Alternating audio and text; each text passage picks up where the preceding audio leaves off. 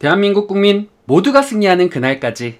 안녕하십니까, 알뜰맨입니다. S&P 500과 나스닥 종합지수는 금요일 급등하여서 올해 최고의 주를 마감했습니다. 실적 보고서의 지속적인 강세가 1월 하락에서 기술주들의 반등을 연장했기 때문입니다. 다우지수는 마이너스 0.06% 하락, S&P 500은 0.52% 상승, 나스닥은 1.58% 상승, 원달러는 1198.39원으로 마이너스 0.19% 하락, 빅스지수는 23.22로 마이너스 4.64% 하락, MSCI ETF는 1.03% 상승, 2년물 국채금리는 0.45% 상승, 10년물 국채금리는 0.84% 상승, 30년물 국채금리는 0.89% 상승을 했습니다. 상승 종목 이슈로는 먼저 아마존이 있는데, 아마존은 4분기 수익이 예상치 상회라는 소식과 함께 리비안에 대한 투자가 4분기 120억 달러 정도 얻었다고 발표를 했고요.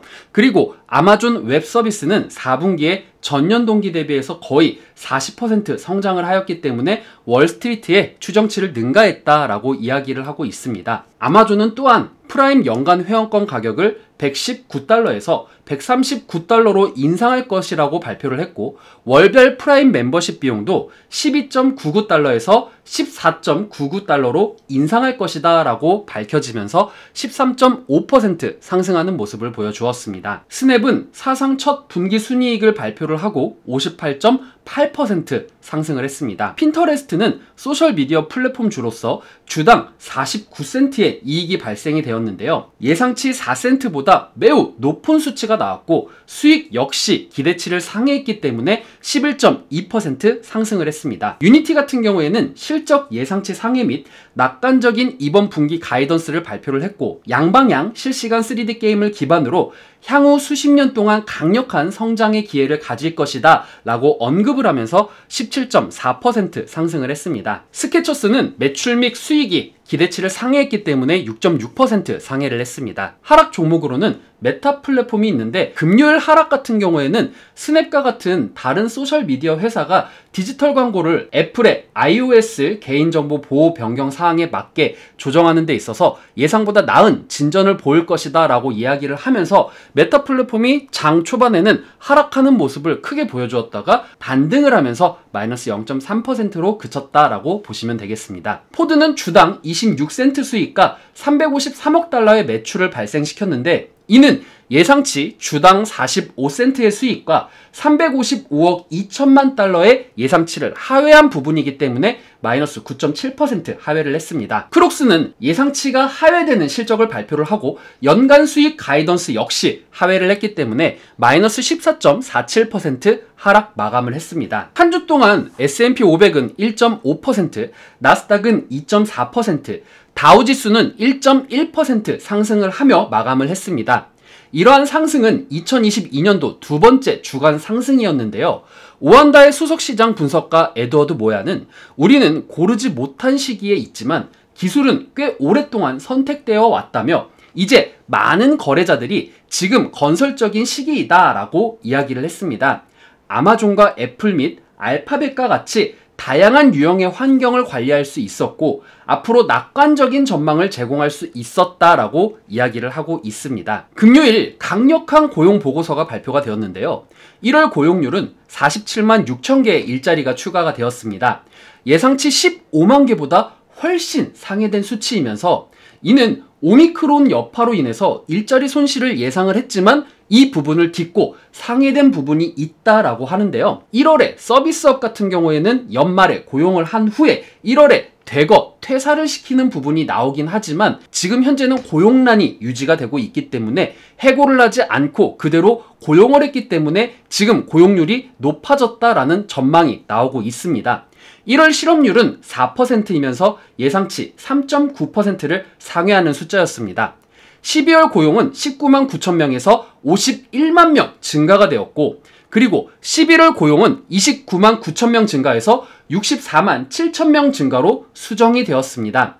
2개월간 70만 9천 명이 상향 수정이 되어서 고용이 탄탄한 증가세를 보이고 있다라고 이야기를 하고 있습니다. 이 긍정적인 고용 보고서의 발표는 국채금리를 상승시켰지만 연준의 긴축에 대한 우려를 미리 반영해 왔기 때문에 기술주에는 큰 타격을 주지는 않았습니다. 쿠나 뮤추얼 그룹의 스티브 릭 수석 이코노미스트는 연준이 고용 동향에 만족했다고 표현을 했듯이 1월 고용보고서의 강세는 금리 인상과 양적 완화 중단 계획을 공고히 했을 가능성이 큽니다. 향후 몇 달 동안 연준에 영향을 미칠 수 있는 요소를 계속 주시할 것이다 라고 이야기를 했습니다. BMO의 렌 리게는 3월 금리 인상을 25bp 예상을 했고 50bp에 대한 사례를 추가를 했습니다. 비록 우리는 여전히 25bp 진영에 있으며 시장은 현재 2022년도에 122.5bp 인상으로 가격을 책정하고 있습니다. 여전히 매파적 성향이 반영될 여지가 있습니다 라고 이야기를 했습니다. 금리 인상에 대한 부분이 언급되고 있는 가운데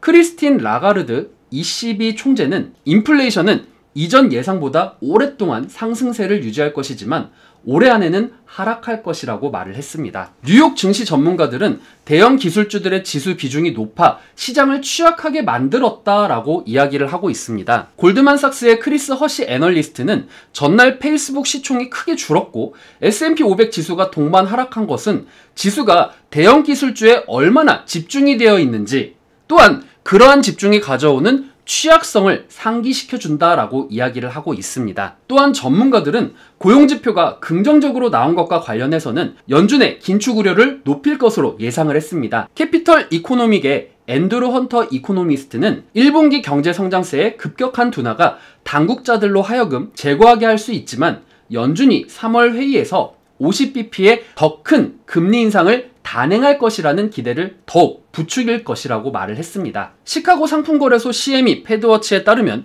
연방기금금리 선물시장은 올해 3월 연준이 금리 인상할 가능성을 100%로 내다봤으며 25bp 인상 가능성은 전일보다 하락한 63.4%가 되었고 50bp 인상 가능성은 전날보다 상승한 36.6%로 내다봤습니다. 23%가 상승했다라고 보시면 되겠는데 이런 부분들로 하여금 지금 현재 경제가 좋아지고 있고 그래서 인플레이션을 잡기 위해서 더 강력한 조치를 취할 수가 있겠구나라는 기조가 상당히 강해지고 있다라고 보시면 될 것 같습니다. 3월 서부 텍사스산 원유 WTI 가격은 전장 대비 2.04달러 급등한 배럴당 92.31달러로 2.26% 상승 마감을 했습니다. 종가 기준 2014년 9월 29일 이후에 가장 높은 수준입니다. 텍사스 및 미국 중서부 지역의 눈폭풍으로 인해서 원유 생산에 차질이 빚어질 수 있다라는 우려와 러시아와 우크라이나의 지정학적 갈등이 원유 가격을 상승시켰습니다. 러시아가 우크라이나 침공 구실을 만들기 위해 가짜 비디오를 만들어 유포할 계획을 세운 것을 밝혔다고 일제히 보도가 나왔는데요. 미국 정부 당국이 이 같은 계획에 대한 증거를 확보했다라고 밝혔습니다. WTI 가격은 올해 들어 무려 22% 가까이 급등을 했습니다. 전문가들은 유가가 조만간 배럴당 100달러대로 오를 것으로 보인다라고 하면서도 유가 하방 요인도 존재한다라고 진단을 했습니다. 비오나르 톤하우젠 라이스타트 에너지 원유 시장 수석은 미국의 눈폭풍으로 난방유에 대한 수요가 급증을 했다면서 공급 우려 속 주식 기술주보다는 변동성이 덜한 원자재에 대한 선호도가 높아질 수 있다라고 설명을 했습니다. 단기간 유가가 배럴당 100달러대를 돌파할 가능성도 배제할 수는 없지만 오미크론의 확산과 수요 및 성장의 둔화, 금융시장 조정 등 유가에 대한 하방 요인도 상당히 존재한다라고 덧붙였습니다. 오늘 역시 유가 상승으로 인해서 원자재 값 상승으로 원유를 수입해서 생산해내는 기업들이 어려움을 금치 못하리라 생각이 되며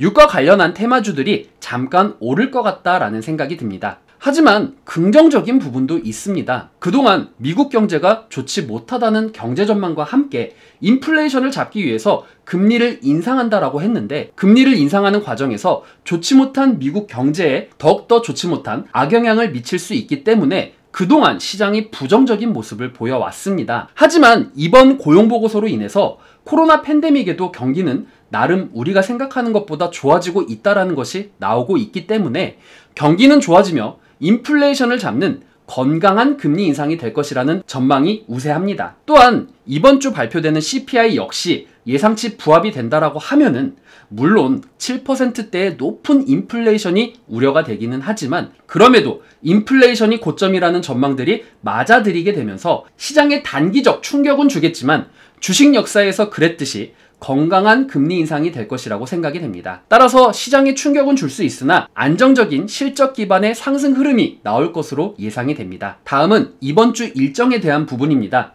이번 주는 월트 디즈니, 코카콜라, 언더 아머와 같은 필수 소비재들의 실적 발표와 CPI 발표가 있습니다. 우선 7일 월요일입니다. 12월 소비자 신용지수가 발표가 되고 암젠, 하스브로, 에너자이저의 실적이 발표가 됩니다. 8일에는요 소비자 낙관지수와 12월 무역수지가 발표가 되고 화이자, 소프트뱅크 등의 기업들이 실적이 발표가 되는데 여기서 조금 더 눈에 띈다라고 하는 부분들은 바로 치폴레입니다. 외식, 레스토랑 기업으로서 지금 현재 외식 소비가 어느 정도 늘고 있는가를 가늠할 수 있는 부분이기 때문에 치폴레에 대한 추정도 여러분들이 하면 좋을 것 같다라는 생각이 드네요. 수요일에는 12월 도매 재고가 발표가 되고 로레타 메스터 클리블랜드 연은 총재의 연설이 있습니다. 이 연설에서 연준이 어떤 방향을 가늠하고 있는지 체크할 수 있는 부분이 나올 수도 있기 때문에 이 연설은 꼭 체크를 하시는 게 중요하다라고 생각이 되고요. 월트 디즈니를 바탕으로 해서 CVS, 우버 등의 기업들이 발표가 되기 때문에 이런 것도 체크를 하면 좋을 것 같다라는 생각이 드네요. 가장 중요한 10일입니다. 이때는 주간 실업보험 청구자 수가 발표가 되고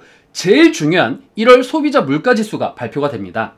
여러분들의 인플레이션이 지금 어느 정도 가늠이 되어 있는지 라는 부분을 직접적으로 알아볼 수 있는 지표이기 때문에 이 1월 소비자 물가지수는 꼭 여러분들이 중요하게 체크를 해야겠다라는 생각이 들고요. 코카콜라와 펩시콜라, 켈로그와 같은 필수 소비재와 관련된 기업들의 실적도 발표가 되니까 이런 부분들도 여러분들이 꼭 체크해 주시길 바라겠습니다. 마지막 11일 금요일은 2월 미시간대 소비자 태도지수의 예비치가 발표가 되고 언더 아머 등의 실적 발표가 있을 예정입니다. 정말 어려운 장이 계속적으로 이어질 수도 있겠지만 여러분들 이런 일정들 꼭 체크하셔서 성투하시기를 바라겠습니다. 오늘 내용 괜찮았다 생각되시는 분들은 하단에 구독과 좋아요, 알람 설정을 눌러주시면 제가 영상을 만드는데 큰 힘이 될 것 같습니다.